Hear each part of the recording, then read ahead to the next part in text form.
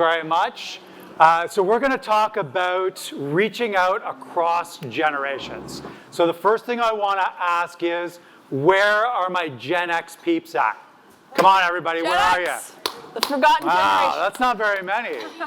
You're not embarrassed to be Gen X, I hope, and keeping your hands down. Okay, so I'm here representing Gen X as the moderator of the next panel. Gen X being the coolest, hippest, raddest generation of all time, of course. Disagree. Oof. Hard disagrees, I'm sure, from my panelists, but that's okay, because they're going to get a chance to talk about their generations as part of this panel. But in all seriousness, everyone, we all know that as marketers, there are always going to be target audiences that we're trying to reach. Most often, those target audiences are younger, but we want to talk a little bit about not just those younger generations that you're all trying to reach, but as those generations age, how do we continue to appeal to them and extract money from them ultimately, of course. Okay, dark. So we're going to start with Jessica Robinson, who is the content manager of Globe Content Studio. She is representing the Gen Zs and perhaps maybe the young millennials that are in the room. So my question for Jessica is that because she's often called upon to steer campaign pitches and executions that are geared toward the Gen Z audience, because at the studio, we're firm believers in not just people in the studio, but also our creators being part of the audiences that they are trying to reach. If we're going to be talking a bit about, say, the Gen Z and maybe the older Gen A or Gen Alpha audiences, Jessica, I want to ask you about the types of content that engages those particular groups. Yeah, it's kind of the million-dollar question these days, right? It's the audience that everyone's trying to reach. And I think the mistake that we make is the same mistake we made with millennials and, theoretically Gen X, if they were ever reached by marketers. It's that we take personality traits or likes and we blanket assume that they apply to everyone. It's like, Billie Eilish has green hair. Everything that's marketed to Gen Z should be this like neon lime green. Sounds very silly when you say it out loud, but if you look at the number of products that people just painted green to reach that audience, that's legitimately like an insight that marketers hooked to. Clean girl aesthetic versus mob wife aesthetic is not the two types of Gen Z there are. These are micro trends that have been accelerated by the pace of change on social media, especially in spaces like TikTok. They are not definitive of a generation, but when marketers treat them that way, and then it doesn't work, they go, oh, I don't understand. This is what I know about this audience. What does work is not looking at these personality traits, and we should throw up on the screen the capturing that I've done for all of y'all, which is my beautiful collage. You're laughing, but I had so much fun making this. But it really captures that diversity of different interests, and what you'll see up there is something about climate, and the reason I mention that is because what you can use to target Gen Z, and honestly any generation, is the social, cultural, and also economic factors that are hitting them all. So don't look at their preferences, don't look at the specifics of what they like or don't, their tastes, because different brands are gonna reach different subsets of the generation. But what's true across the board is that they are all facing the climate crisis as the defining crisis of their generation. They're not thinking about what's happening in the economy divorced from the climate. They're not thinking about their fashion habits divorced of the climate. They might be on the doomism side as opposed to the activism side. It's going to vary, but you can find these fundamental truths that resonate with this generation based on those larger defining factors. Another example of that would be mobile, right? We know that Gen Z make what they call, the big ticket purchases on their phones, and that's a big differentiator between Gen Z and millennials, who tend to make, they call it a big screen purchase. If they're gonna buy a flight, it's on a laptop, but if they're gonna buy coffee, it's on their phone. But Gen Z will buy the flight on their phone. So if you're not optimizing everything you do mobile first, it doesn't matter if it's an article, a video, a shoppable carousel, if you're not mobile optimized, they're not seeing it. And lastly, Sean mentioned this, but people should be telling their own stories, right? So that's something that's like fundamental to the studio's ethos, and it's very much true. And it's a stereotype for a reason. If you look around the room and you're trying to target Gen Z and you don't have a Gen Z in the room, you are going to miss the mark. You have to hear their voices. You have to be gut checking with them live at the moment before you go to market, as well as during and after. Hear from them. They have diverse opinions. Great. One thing I want to mention is I'm going to ask Alisha a question and followed by Katherine. We're going to throw it open to the audience. We want this to be a bit of an audience participation panel. So if you have questions as we go, keep them in mind. And we're going to have some roving mics momentarily so that you guys have a chance to ask our panelists a couple of pointed, ideally, questions. Okay, so everyone remembers OK Boomer, right? Where everyone was sort of ganging up on them. But we know, too, that Millennials and Gen Z have sort of been going at each other a little bit online as well. So I think what that does is bring up the point that generations, as they get older, even if they were the young, cool ones, are always going to be seen as less cool as they age. But Alisha, Sawhney, who is our podcast lead within the studio, oversees Stress Test, which is our podcast for millennials. And now we like to think it's also for Gen Z. But we're in about our 9th season now, I think, Alisha. And so over quite a long period of time, Alisha's had the opportunity to allow Stress Test to sort of age with its audience. And I think it's important that as marketers, we're also thinking about the generations that we're trying to appeal to as they age. So Alisha, maybe talk a little bit about how you've managed to do that. Yeah, so Stress Test is an interesting example because it's a personal finance show really geared to anyone from age 20 to 40, which is obviously a very diverse range of personal finance kind of experiences. And so I think when you're thinking about multi-generational marketing, one thing that really comes to mind with something like podcasts is we're kind of in a bit of a like content crisis with podcasts because we have the news gap left by Meta, which means there's actually a growing popularity in current affairs and news podcasts.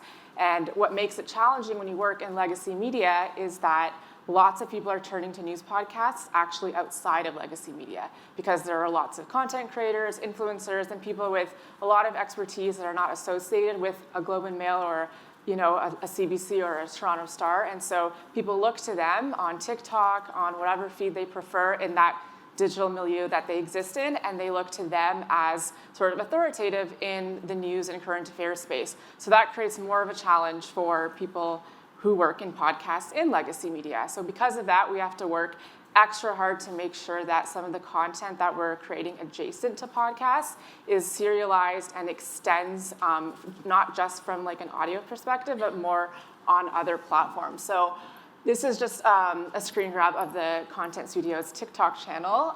And so something we did that was really fun to produce was we created a series of like this or that personal finance questions. And we did a very fun roundtable game, me and Jess and some of our other colleagues.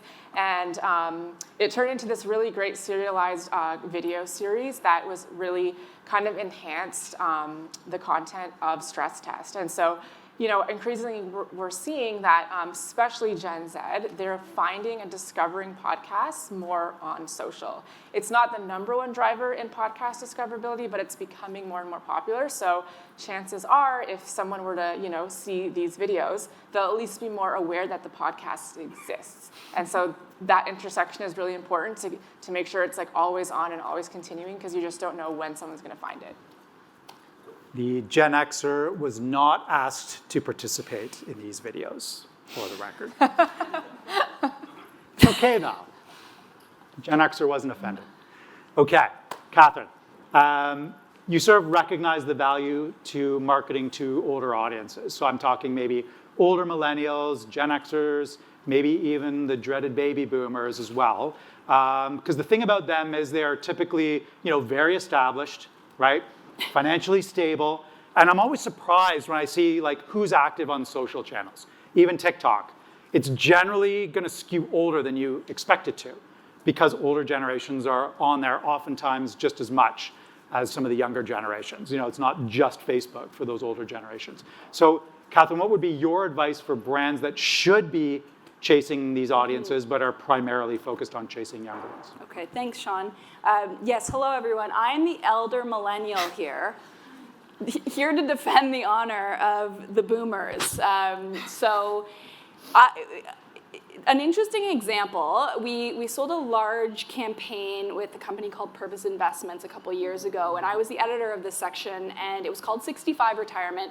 I'm not 65 yet, believe it or not, so we've talked a lot about how do you speak to an audience, how do you make sure it's relevant, it resonates, when you're not necessarily the target audience. And so for me, I actually had to ditch some of those stereotypes. I think we all, as marketers, we kind of get lazy and we kind of have these ideas of what that demographic's into.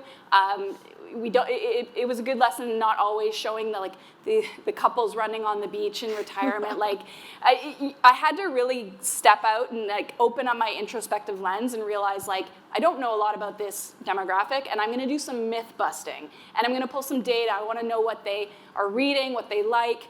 So I'm going to go through some of the myths that I think we all hold when we think of the audience. Maybe these are your parents, that sort of thing. Older consumers, they're old, they're not worth targeting, they're irrelevant, that's what we say. But they have high disposable income. So, Sean mentioned at the start, we're trying to extract dollars from these people. So this target, I don't know about you, but my parents have some money kicking around, and they're the ones able to do the things in life that, I'd like to be doing. They're traveling, they're purchasing new cars. There's this idea of downsizing. I don't even think that's happening. They're buying new houses. If you're a savvy marketer, this is a target audience that you ignore at your own peril. You are literally leaving money on the table. And I think at the Globe and Mail, yes, a big portion of our audience is in this category, even though, we have a significant amount of millennials as well, but we need to speak to them in a way that addresses the fact that they're still relevant and make them feel relevant. The idea that boomers shy away from technology, that's not true. This is very much anecdotally, but my dad is on his phone all the time, to the point where it's at dinner and we have to say, Dad, what are you doing online? I was checking his stocks or what, but they are plugged in more so than we want to give them credit for. And also, a lot of boomers and Gen X's, they have children who are plugged in, so they want to be in that space. Boomers, this myth that they stick to a brand and they'll never change. My grandmother from the Greatest Generation literally bought a Toyota Corolla every 2 years. She was very loyal to that brand, but I don't see that in the boomers. I think they are savvier than we give them credit for. I think they're educated. I think they're willing to try new things.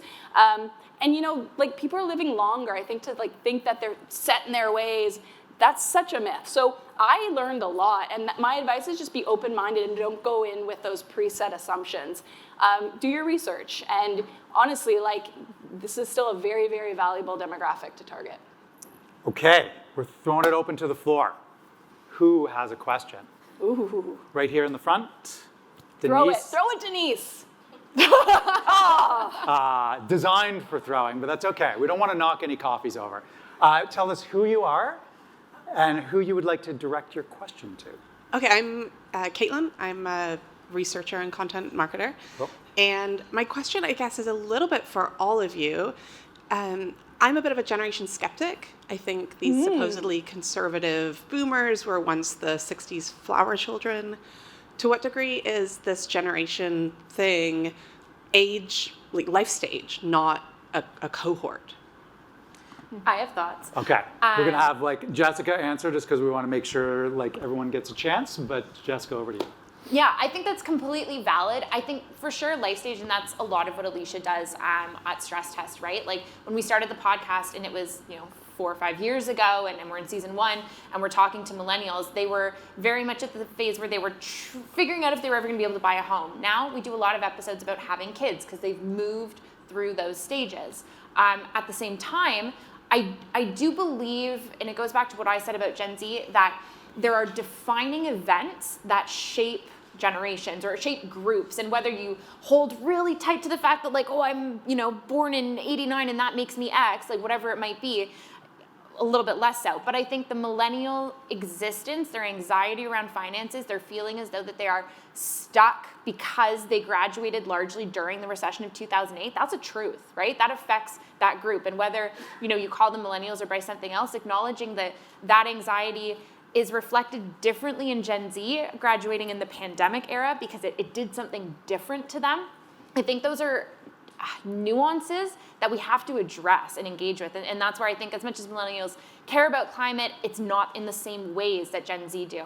That said, it's the myths and the stereotypes like what Katherine was talking about, where it's like, oh yeah, like boomers are old and therefore can't use a phone. Like my grandmother FaceTimes me way more often than anyone's gonna assume. Like my dad is cutting reels on CapCut right now. Like that's where we are, right? So I think that's where the generation chasm is. Looking at the events that shaped different age groups and thinking about how does that change what they want, what they need, and what I can do for them is where it still makes sense to pay attention to the groupings. Okay, we have a bunch here in the middle. Lillian, yeah, sure, fine. Throw it. Hi, tell us who you are. Hello. Tell us who you are and who you'd like to address your question to, please. Hi. So my name is Julie Wiseman. I'm a partner of the Globe and Mail through the nonprofit section. So I'm a director of development and communications at Friends of Ruby. And so we right now, most of our channels are on LinkedIn and Instagram. And the Instagram brand or voice is really geared towards our young population of either people that are using our services or support them within community. And we're also tapping into that older, more established demographic of potential donors, people that will make philanthropic contributions. So instead of separating like our LinkedIn is only that voice and our Instagram is only the youth voice, how do you blend the voice for two very different demographics that won't polarize it and make content not relevant from one to the other, but blend it together so that the two audiences can both enjoy one channel? Catherine or Alisha, either you want to take that? Go for it. Yeah. Alisha, over to you. Well, I think one thing to keep in mind is when you're kind of meshing two types of audiences, I think we underestimate how much the younger generation actually is willing to spend money on something like maybe like a philanthropic topic or something like that.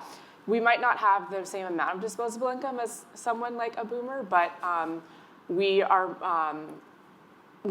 kind of pay for content as we like it. So we have Substack. We are willing to pay for specific writers and content creators to actually give us specific content that we want outside of sort of the realm of legacy media. A lot of people in my generation and younger are very willing to pay for artists and creators to keep making content through Patreon. It's a very normal funnel to keep creatives thriving, and it's a way to get content that's more niche and more targeted to someone because it's very personalized. So I think it's like thinking about those types of channels and making sure that you exist on them, because if there's influencers or people who you work with in that space, they could actually be great kind of brand ambassadors for free by doing that kind of work. Because I think we do have actually that kind of money because we're willing to spend $5 or $6 on coffee every day. We can easily spend another $1 or $2 on something that we feel that gives us meaning and purpose, because that kind of disposable money is there to spend. We are spending it. We could tailor it from coffee to something else perhaps. And I think the brand voice is going to be your consistent through line, right? Like you're going to speak in a similar fashion because your point of view as Friends of Ruby is going to be consistent whether you're talking to your customer pool, for lack of a better term, or your donors. So acknowledging to Alisha's point that those two separate interested groups are going to have interest in each other maybe more than you think. That Venn diagram overlaps more than you think, but at the same time, you can touch on those various parts because you have something that's building that consistency. It's you, it's your brand, it's your voice, and maybe it's the literal aesthetic of the things that you post. The messaging can be different, the topic's different, but the through line is there because it's coming from you. Okay, I know we had a few here. I have the podium in the way. Was there anyone on this side that had a question? No? Okay, let's go over here. Throw it. All right. Yes. We'll try to squeak 2 more in, so I'll ask my panelists to be succinct with the last 2 lot of answers. thoughts. Okay, who you are and who you'd like to ask your question to. This is more complex. Okay. Hi, my name is Cheyenne. I think my question is for Alisha. You mentioned that the podcast is aging with its listeners. I would like to know how is this process and how it reflects to the content that you guys want to create. Yeah, I mean, I think one thing that when you're thinking about your aging audience is really like delving into first-person storytelling and finding people who are telling those stories that reflect the actual age group. So combing through TikTok, through Reddit, through Discord, hearing what are those first-person conversations that are happening. And I think a lot of those types of like things that are kind of dismissed when you're online, like a blog post or something that feels very like, oh, this is just like one person's perspective. But like sometimes I find the most engaging content is stuff I see written in comments that are actually just like a sliver of a larger experience that like thousands of other people might be going through.